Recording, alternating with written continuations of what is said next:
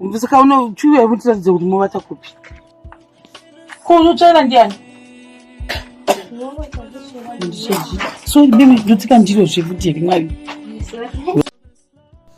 Hello guys, welcome back to my YouTube channel. If you're new here, please welcome.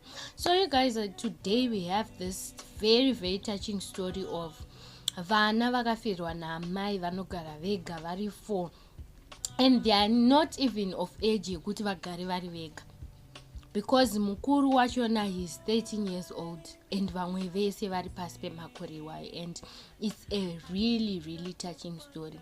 So guys, nyaya yakamira yakadai, amai vavo vakashaya and it's been 2 years vana vachigara vega.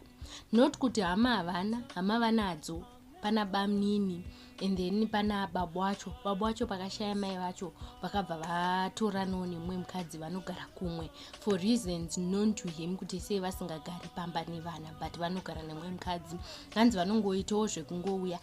And you guys can even see kuti the state of this house aitomboratidziki senge panogara vanhu because vana vadiki vari kugara ipapo.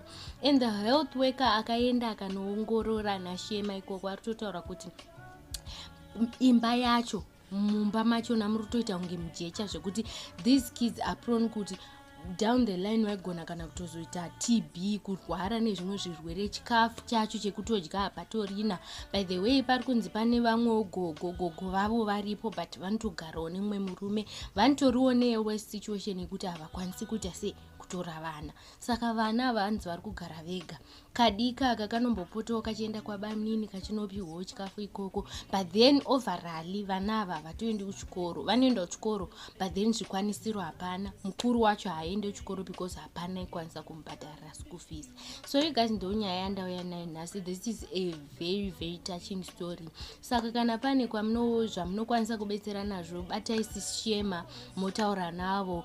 And the last time I checked, they were building a house for vana vakange vakugadzira vakuronga kuti vana ava vaite sei vavakirwe imba, but then vanokwanisa kubatsirawo nehembe nechikafu nechichi. Batai Shema so that we as Zimbabweans, we as Shemarians, we are a Shemarian community. Shema zvavanoita tozvifarira, we can help. Tokwanisa kuisa helping hand kuti Shema basa ravo ritese riende mberi, vana vachengetedzeke, vana vaone zvikwanisiro zvakakwana. So this story really touched my heart. Ndanzwa kuremerwa kuti vana vanosvika pakugara vega asi hama dziripo, hama dzaitokwanisa kuti dzitore vana.